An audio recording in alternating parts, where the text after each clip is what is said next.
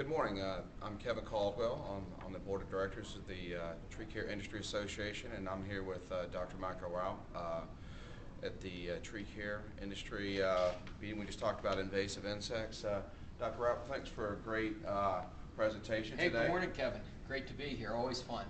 So I got a couple of questions that I'd like for us to maybe help some homeowners to sort of recognize at the homeowner level how they might go down this road of invasive pest recognition. So my first question for you is, what are some tips for homeowners to recognize that their trees may either be infected with or vulnerable to invasive pests? Okay. In terms of how a tree is supposed to look, every tree in its natural setting, the place where it evolved, has a certain color, a certain habit or form, and a certain shape. One of the best things to do is to look at your trees, see if they're symmetrical. If the leaves are supposed to be dark green, make sure they're dark green. If they're supposed to be purple, make sure they're purple. Make sure that the leaves aren't either too large, or a more important clue is whether they're too small. This tells us that there's something fundamentally wrong with the physiology of the tree. Another thing I look for is the incremental growth on a tree. I try to find out if the tree is growing at a nice, even, slow rate.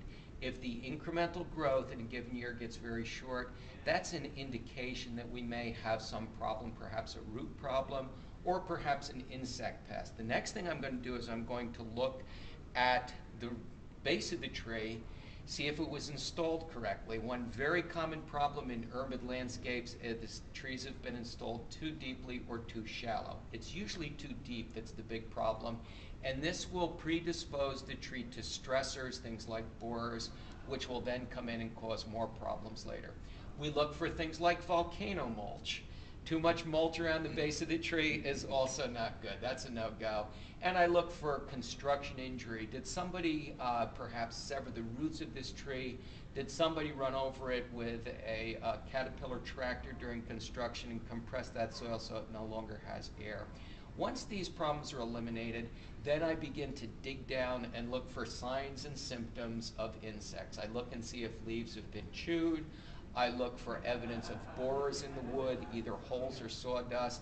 I'll look carefully at the bark of the tree and see if I can find scale insects. So eliminate the easy stuff first, and then we go after the bugs and diseases. Being from Atlanta, north side of Atlanta, what might we anticipate in terms of invasive pests? Right. Everybody I talked about today, in terms of invasive pests, I think Atlanta's fair game because you've got the same kind of trees. I talked about guys that are going to attack ash trees. You have ashes down in Georgia, no question. I talked about things that are going to attack maples, and goodness knows we have a fair collection of pretty maple trees down there, things like Asian longhorn beetle.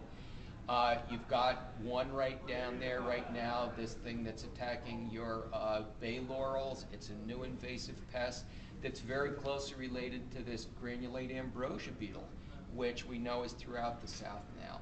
So I think all these kind of guys I talked about today, and the ones we're most concerned, the ones that are really key important tree killers in cities, are going to be things like this Asian longhorn beetle, the emerald ash borer, this granulate ambrosia beetle. These guys, I think, are ones we really have to worry about throughout the United States, and of course, including Atlanta.